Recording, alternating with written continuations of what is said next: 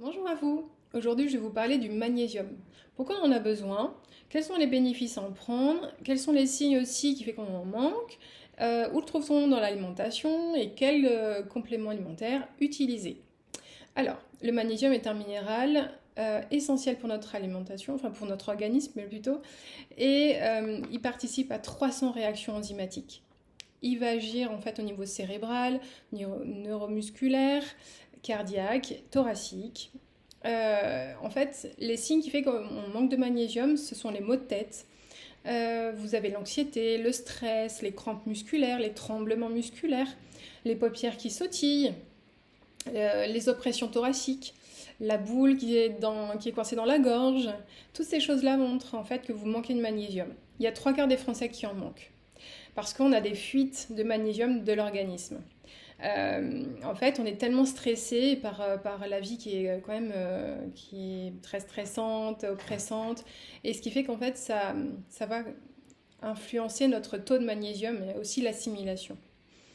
Euh, le magnésium, on va le trouver dans l'alimentation, par exemple les céréales non raffinées, les oléagineux, les amandes contiennent beaucoup de magnésium et de calcium. C'est la première chose qu'on perd quand on est très stressé. La dose qu'il faudrait utiliser, par exemple, en magnésium, c'est 350 mg par jour. Ça, c'est très bien. Il y a plusieurs formes de magnésium.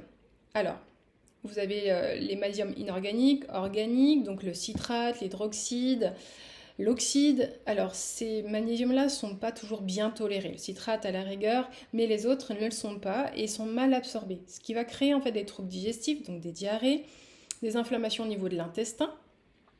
Donc ils ne sont pas recommandables et on les dit en fait magnésium marin.